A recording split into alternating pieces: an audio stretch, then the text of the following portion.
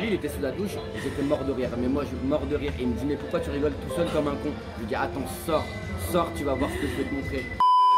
Les amis, j'ai retrouvé l'homme au drapeau algérien. Donc pour ceux qui ne savent pas, qui n'ont pas vu la vidéo, c'était lors du match Galatasaray PSG. Il y a un moment, à la 15e minute, j'ai vu un drapeau algérien et vu que moi j'ai mon radar drapeau algérien, j'ai direct filmé et c'était lui, Hussein, qu'on a retrouvé. Je l'ai contacté ensuite parce qu'il a mis un commentaire sur YouTube et donc je l'ai contacté et on a vérifié, c'est vraiment lui. Il avait des stories et tout du match.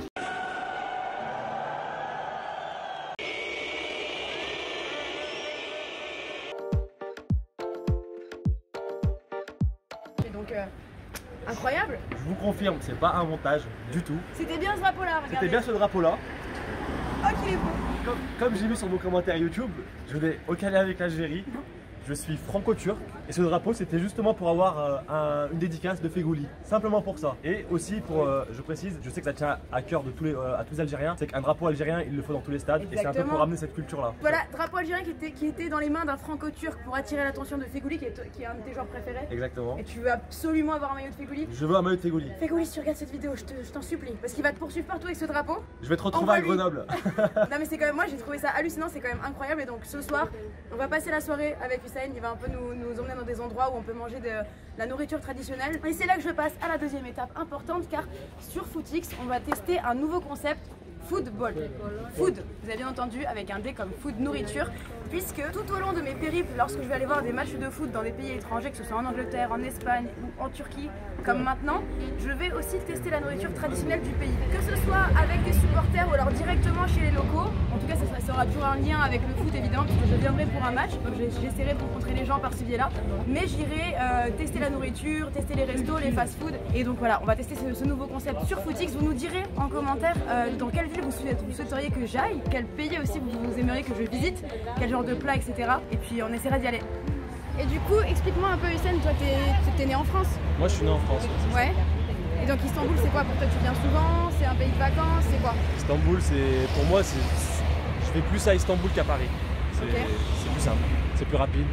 C'est 3 heures de vol de Lyon et comme tu as pu voir ici, tu as tout ce que tu veux à portée de main. Quoi. Ouais, c'est vrai que c'est une ville ultra vivante. On dirait que les gens ils dorment jamais ici déjà. Ouais, ça s'arrête pas. Et toi, t'as de la famille ici? J'ai beaucoup de famille ici, j'ai 5 oncles au total, j'ai des cousins qui sont ici. Et aujourd'hui, si je vous fais visiter un peu tout ça, c'est grâce à eux. Oui, parce que j'étais en train de lui dire, en fait, c'est un super guide touristique depuis tout à l'heure. Il est en train de m'expliquer tous les monuments, toutes les mosquées qu'il y a ici. Il s'y connaît super bien. Donc c'est pour ça que je lui posais la question, est-ce qu'il venait souvent à Istanbul? Et effectivement, il a de la famille ici, ça fait longtemps que tu viens. Et bah, ça me fait plaisir de partager ce moment avec vous. Et bah nous aussi. S'il y en a d'autres dans le même cas qui sont à Istanbul, et bah, ils peuvent me contacter, il n'y a pas de souci. Meilleur guide. Avec grand plaisir. Donc on est rentré dans le resto, c'est lui qui nous l'a conseillé, parce que lui il connaît, nous on connaît pas du tout. Donc on est dans quel quartier déjà, Hussein? On est à Sultanahmet. Sultanahmet, c'est un endroit assez réputé ici pour manger? C'est traditionnel. Ouais. Et c'est l'endroit visité numéro 1 d'Istanbul. Tu as déjà mangé ici? J'ai déjà mangé plusieurs fois ici, c'était très bon. Donc tu sais quoi nous conseiller? Exactement. Sachant que moi je ne mange pas de viande, je pense que vous le savez maintenant. Mais je pense que dans les entrées et dans les plats, il y a des trucs qui peuvent me correspondre. Bah, le sarma. Le sarma, c'est quoi? C'est des feuilles de vigne enroulées avec du riz et des arômes et cuits justement à l'eau chaude. Ok. Donc, je pense que je vais tester ça. Et c'est très délicieux. Il y a intérêt, hein. Parce que là je vais te laisser quand même choisir mes entrées. Tu seras pas déçu. C'est-à-dire que si c'est pas bon. J'avais une question à te poser. Dis-moi. J'ai vu un truc. Ouais, c'est quoi ça? Ça c'est du manti. Le manti c'est du... c'est un plat qui est du centre de la Turquie, donc, où les plats sont plus réputés à base de pâtes, de farine. Okay. Donc il y a aussi des pâtes en Turquie. C'est exactement ça. Pas qu'en Italie. Pas qu'en Italie. Ceux-là spécifiquement, il y a quoi dedans? Ceux-là? Ouais. Et ben ceux-là, ils sont qu'à la viande hachée et la sauce tomate qui est... Il y a de la viande hachée. Il y a de la viande hachée. Il y a de la viande partout. Et tu m'as dit les feuilles de vigne. Les feuilles de vigne. Ok. C'est pas le yaourt. Je te conseille fortement celui-là. Ça c'est quoi? Ça se mange avec du pain? Ça se mange avec du pain, c'est l'entrée. On appelle ça des mésés. D'accord. Comme au Liban un peu. C'est exactement ça, comme le houmous, des choses comme ça, et bah c'est un peu pareil en Turquie. D'accord, donc tu me conseilles ça. Est-ce que tu me conseilles de prendre les galettes que la dame fait à l'entrée? Je les ai vues tout à l'heure. C'est à base de quoi en fait? C'est très délicieux. C'est à base de pâtes également encore. Ouais. Ça vient aussi du centre de la Turquie. De là où tu viens toi? De là où je viens, donc l'endroit, on va dire le moins riche de la Turquie, mais où vous avez beaucoup de cuisine justement à base de pâtes. Mais souvent les meilleurs plats, c'est les plats qu'on appelle les plats des pauvres. C'est exactement ça. Tous les ragoûts, partout dans le monde entier, les meilleurs plats, c'est les plats qui sont issus des milieux très très populaires. Enfin, de mon point de vue. Hein. Vu que ouais, c'était avec moi dans ce voyage et que je ne mange pas de viande, c'est un peu ma caution viande pour tous ceux qui adorent la viande. Je sais que vous êtes nombreux. Et donc ouais, il a pris ce qu'on appelle des pidés. C'est quoi les pidés?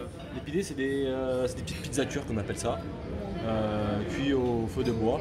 Ouais. Et c'est exactement le même principe qu'une pizza, donc avec du fromage, avec du poulet. Vous personnalisez avec du sujouk, vous personnalisez avec de la viande hachée, des légumes. S'il y a des Turcs qui veulent m'inviter à manger, il n'y a pas de souci.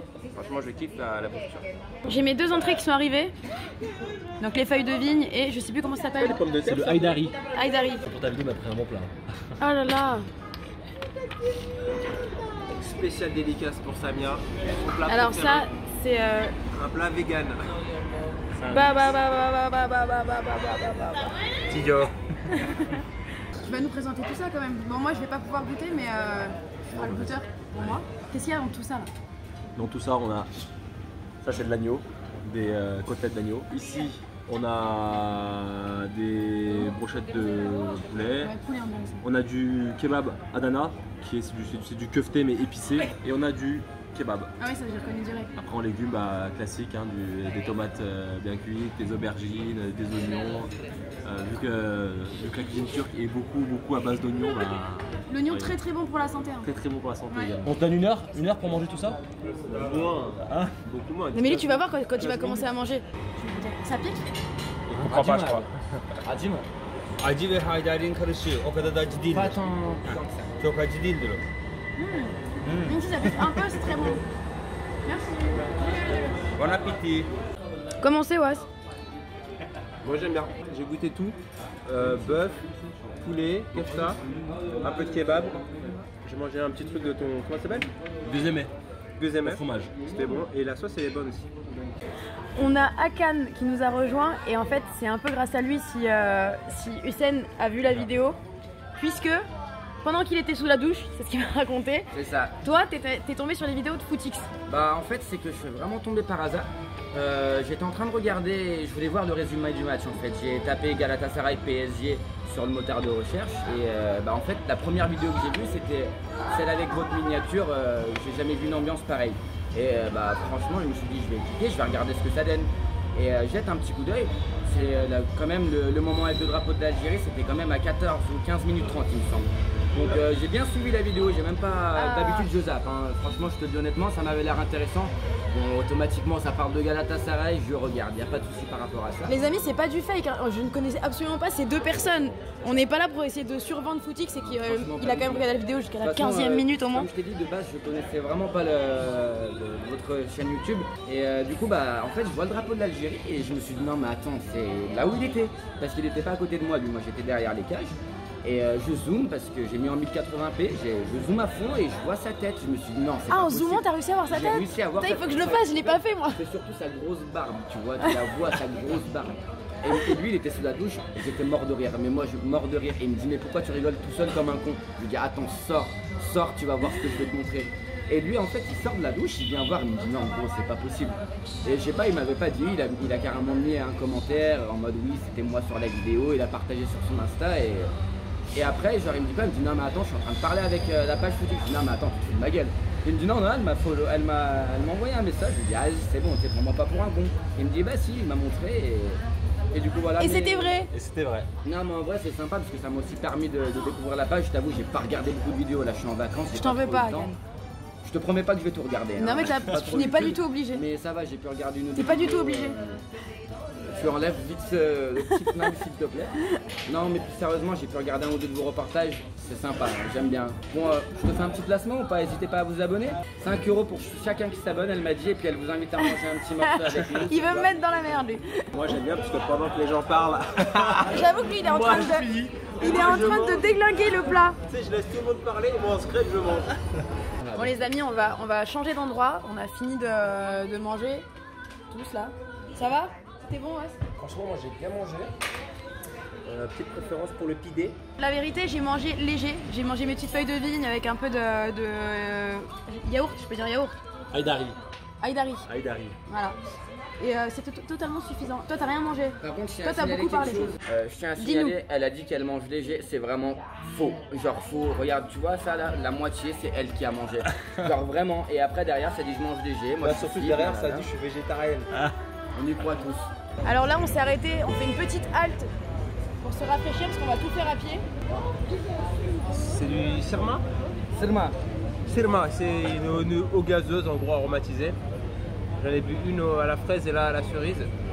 Je suis en train de déglinguer la gastronomie turque. Je mange tout, je bois tout ce que je trouve. Et moi, comme d'hab, j'ai pris. Attends, je t'ai Tu m'as squeezé. totalement zappé. Je t'ai squeezé, dis-nous. En Turquie, on a le chouette mandarine. Vous avez pas ça en France, bah tant pis pour vous, c'est super bon. Moi, le thé, d'ailleurs, il faut que j'arrête de boire le thé turc parce qu'il est tellement fort. En fait, j'arrive pas à me coucher avant 6h du matin depuis que je suis arrivée ici. Mais c'est tellement bon. Donc voilà, on va continuer, on va tout refaire à pied. On a combien? 45 minutes? 45 minutes de montée. Voilà. Pour le cardio. Pour le cardio. Et on reprend des forces et on y va. Voilà, on est enfin arrivé dans l'endroit où on va prendre nos desserts. Donc desserts typiques turcs, les baklava. Très connu, et bien sûr le thé, parce que c'est mon 4e thé de la journée. Je suis encore repartie pour une nuit blanche à mon avis.